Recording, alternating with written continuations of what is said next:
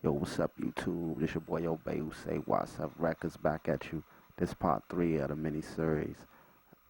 Making the SSL console in your house, man. You ready to do it in the house, so this will be on. And here we go. We're getting part 3 of the video. And part 3 of the videos is running the signal chain. So, the signal chain is, which I reminded what I talked about in the last video, is basically all drums, kick, and snare going to one sub, all other percussions going to another sub. Then you have my all my F15 samplers right here. All these tracks right here was done with that new F15 sampler mod that I created. So the next thing is my Nexus tracks. And basically what I'm going to do with this is a bass, so this going to the bass sub too. What I'm going to do, I'm going to automate this in later. This going to have some automation to it. This guaranteed this will be automated. This going to get some automation too, this track too. But this track is my basically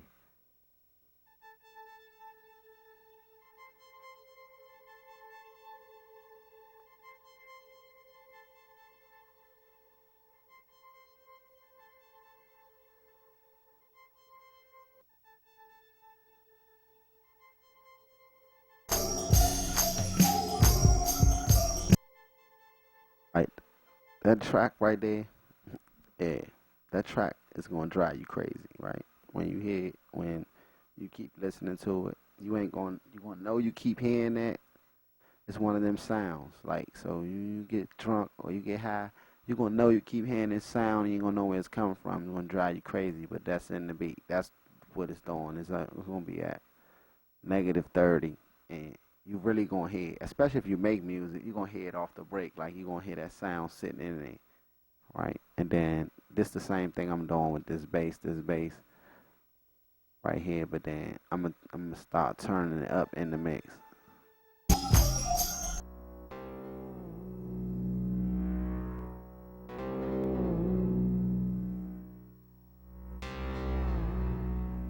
That's what I'm gonna do with that.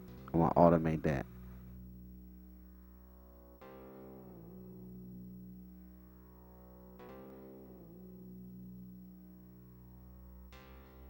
Then so I got my drums uh and my drums. I got my snare. If you will see right here, this is only pan. This that low that 10, 100.104 to the left. That little bit is just enough right there to make you feel make the drums feel real. I'm telling you, it make you feel like you sitting there with the drums, the real drum set. And I take my clap, did the same thing, but to the right, put 15, 150. And my toms, I don't think I touched them yet. My toms just center. And what I'm gonna do with my toms is I'm gonna definitely automate them. Them gonna roll left and right. Them gonna move. So I'm gonna have to. Them ones gonna take some automation for sure, because I'm gonna have to go in and listen and hear each time, because I'm gonna have to make it move left and right for each separate time. You know what I mean? It's gonna be a different. I'm gonna have to sit it for each time hit. I'm gonna sit it a different part in the spectrum from left to right. So that's the little part of tedious work when you're using the toms and congos and stuff like that. If you want them to really sound right and come out right, I mean, in my genre of music. So you want to make sure you panning them right.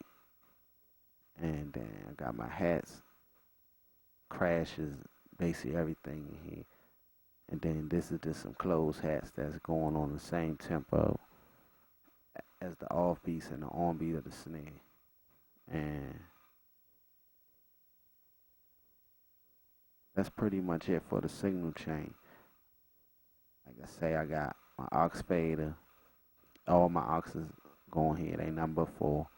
I didn't set up my delay or nothing on here yet, and my reverb. But the concept of this signal chain is the reason why I needed to give you another video on it. Is the point of having your aux fader, your bus, and your master fader. And my preference, this is not no law. You don't gotta agree with me, but this is my law of it. I'm also an artist, like, so I draw, I paint, I do a lot of stuff, man.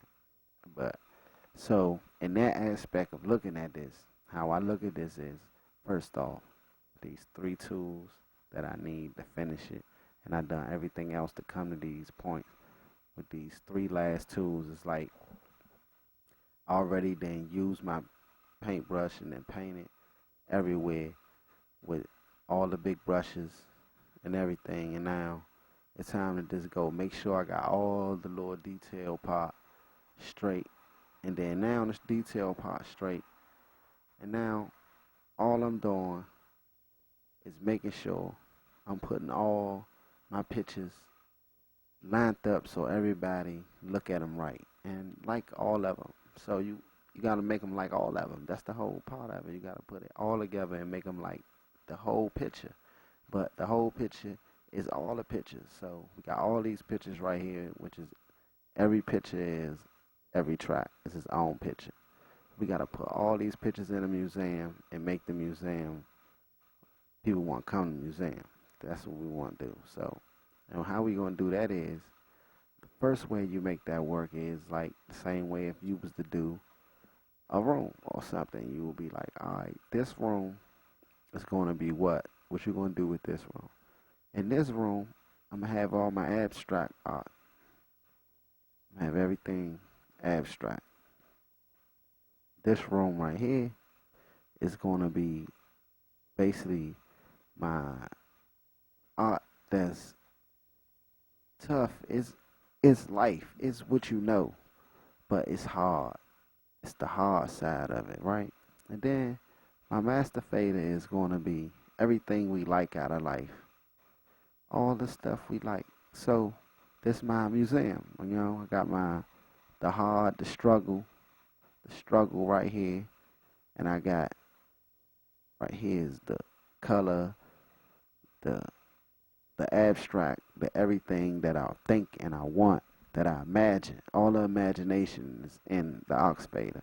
And my 2 bus, like I say, the struggle and everything I've been through is right here. I'm putting all this art in here, right? And then the master fader is everything I like out of life. You know, all the things that I like, all the pictures that I like. So, in that sense, breaking it down to simpler forms, right?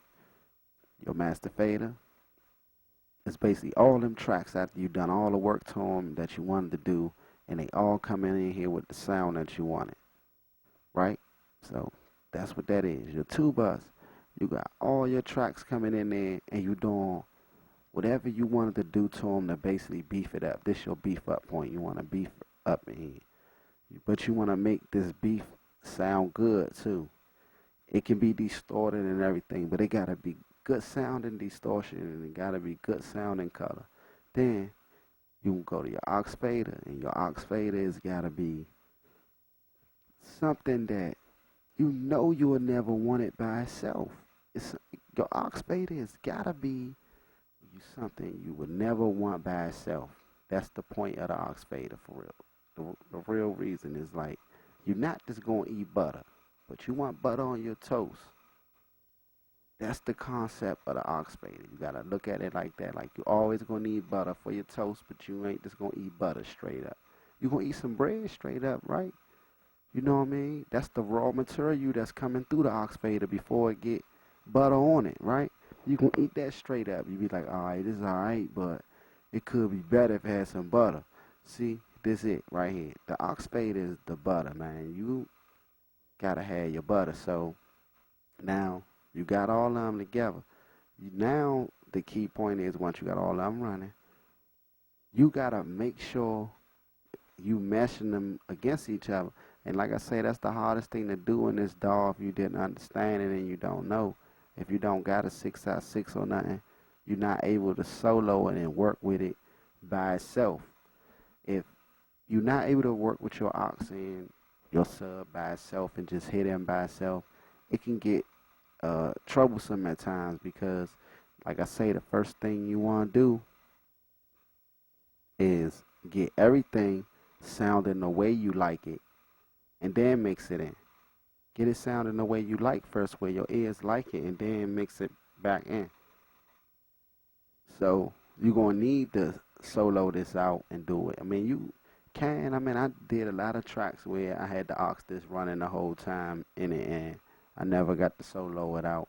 And tracks turned out good, but it was harder work. It wasn't as easy as me being able to just call up my 6x6 and then I could just solo my 2 bus or solo my aux return and then just work and then get it to sound the way that I wanted to sound. The reverb to sound the way I wanted to sound.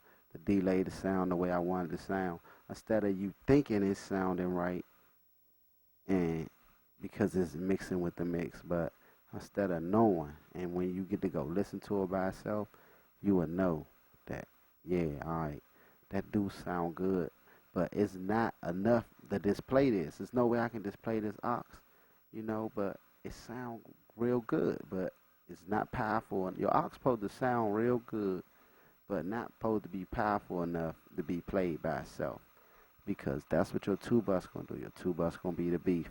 It's gonna be turned up, everything turned up. So that was part 3, man, of the multi-tutorial, man. So we gonna get into next video. The next video, we gonna start jumping into this, and I'm gonna start picking out some things that I change around through the listen, and we gonna get some things started in the mix. So stay tuned for the next video. Peace.